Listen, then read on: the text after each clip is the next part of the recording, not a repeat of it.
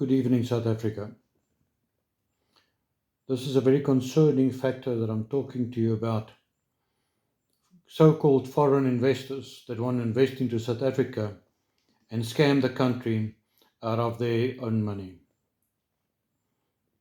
I got a call from a lady by the name of Sonia Sitole stating to me that she's got a funder or possible funder interested in investing into my company. Now, I met Sonia and I sent her all the documentation as she requested so that she can send it through to the company to do a thorough due diligence. The company's name was Caltech Trading. Now, Caltech Trading is a Korean company. Now, as I was told, is that the Korean company has got an affiliated company situated in Germany. I sent them all the documentation, and I got a document back that they were interested. Thereafter, I got a call from a Mr. James Anderson, staying in Germany, that he wants to talk to me. I did eventually speak to James, but James has got a French accent, and definitely not French, far more African French, somewhere from Nigeria or Lagos or Cameroon, not German.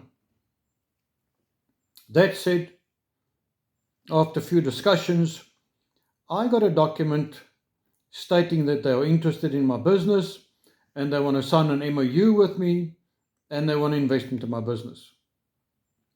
Documentation came through with a copy of a white Korean gentleman, definitely not a Mr. James Anderson that is black, from Germany. This was supposed to be stating that they are above board. I again made contact with Sonia in South Africa, Sitole, that said she worked for government before, to make sure that she has done a due diligence on these people so that I'm not putting my head into a beehive. Eventually, they sent 2 representatives to South Africa to meet with me. I was contacted by Sonia Sitole, and the appointment was made in Sandton City. It's strange that all these people always want to go to Sandton City and all these very big restaurants and expensive restaurants, and they're all a bunch of scammers. Anyway, I met Mrs. Sonia Sitole and the 2 people. The one gentleman's name was Dev, and another person, but they are definitely not French. They are definitely from Africa, speaking French. In the meeting, it was explained to me that they are satisfied with doing business with me and that they're actually investing more money than what I required.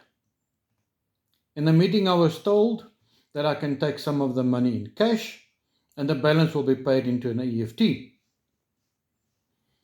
I did not have a problem with that as long as the money was good, clean and unencumbered, and it can be proven that the money comes into the country legal. I left the meeting. We all left the meeting after the discussion. But again, the 2 gentlemen that I saw, typical African gentlemen, staunchy, tight-fit suit, the most expensive shoes. But anyway, I left.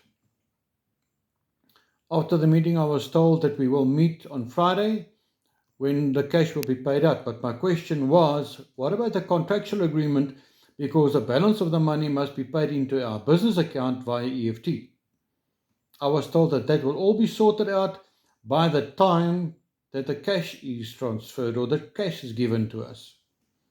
I had a query about the cash because cash in South Africa is not king. It is problematical. But I could accept the cash, seeing that I can arrange with my bank if I've got proof of the capital that has been good and clean and encumbered to deposit. That was a week ago. Today is the 10th of September. Last week on Friday, I was told, no, they're clearing the money. Monday, I was told, they're clearing the money. Today, I was told that I must come and see them 2 o'clock.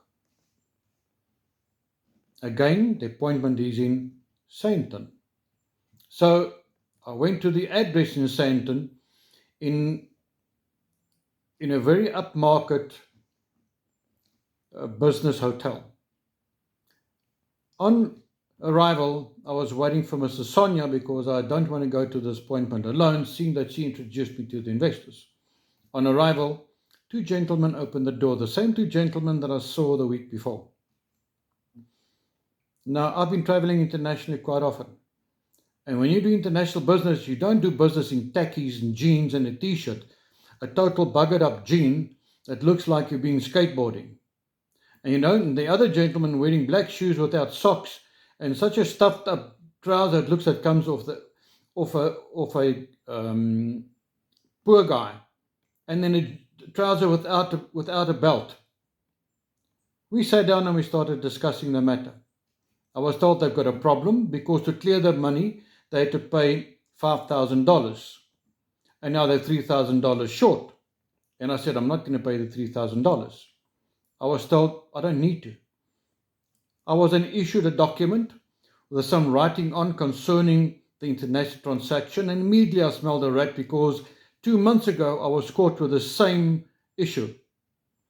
Then they took out 2 leaves of 200 notes stuck together.